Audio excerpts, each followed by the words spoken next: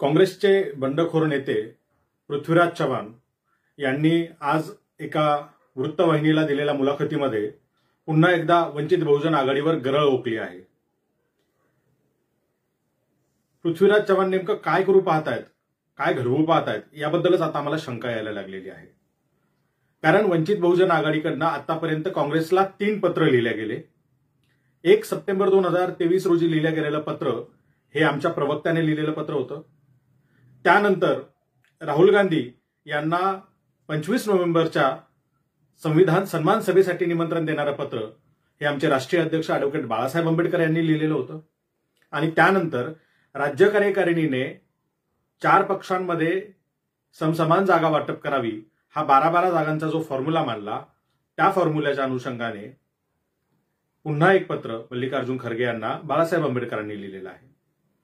त्यामुळे आमच्या राष्ट्रीय अध्यक्षांकडनं 2 वेळा त्यांच्या पक्षाला पत्र गेलेलं असताना आणि ती पत्र माध्यमांमध्ये, समाज माध्यमांमध्ये उपलब्ध असताना पृथ्वीराज चव्हाण धडधडीत खोटं बोलतायत की वंचित बहुजन आघाडीच्या फक्त प्रवक्त्याने पत्र लिहिलंय। आता पृथ्वीराज चव्हाण बाबांचा हा राजकीय आंधळेपणा कशाने दूर होईल मला माहिती नाही। भाजपकडनं त्यांचं टेस्टिंग सुरू आहे का?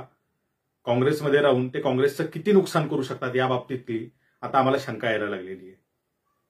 पृथ्वीराज चव्हाण म्हणतात की त्यांच्या डोक्यात जाऊन तर मी काही बघू शकत नाही, म्हणजे बाळासाहेबांच्या। तर डोक्यात जायचं असेल एखाद्याच्या आणि त्याचं डोकं रीड करायचं असेल तर 2 पद्धतीनं करता येतं। एक तर तुम्ही डॉक्टर असायला हवं किंवा तुम्ही सायकॅट्रिस्ट असायला हवं। आता तुम्ही ते दोन्ही नाहीये। तुमचं प्रोफाईल हे इंजिनिअरिंगचं प्रोफाईल आहे आणि एखाद्या इंजिनिअरने एखाद्याच्या डोक्यात जाऊन बघणं म्हणजे अवघडच काम झालं। पृथ्वीराज चव्हाणांना काँग्रेसला राजकारणातून संपवायचंय की राहुल गांधी आणि सोनिया गांधी यांना राजकारणातून नेस्तनाबूत करायचंय? नेमकं करायचंय काय आहे याचा खुलासा त्यांनी केला तर बरं होईल। मागच्या वेळेला पृथ्वीराज चव्हाण असं काही बोलले त्यावेळेला मी त्यांना उद्देशून काही बोललो होतो।